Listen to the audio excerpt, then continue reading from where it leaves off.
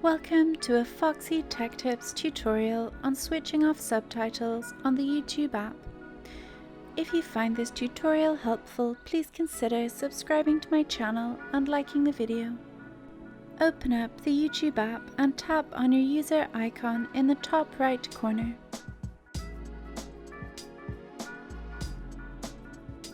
Tap Settings from the menu.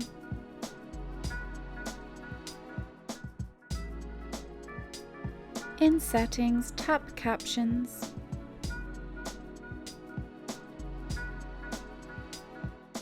You then need to switch the toggle off to the right of Show Captions.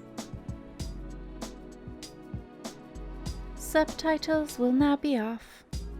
And that draws an end to this tutorial. Please like the video if you found it helpful and subscribe to Foxy Tech Tips for more YouTube tips and tricks.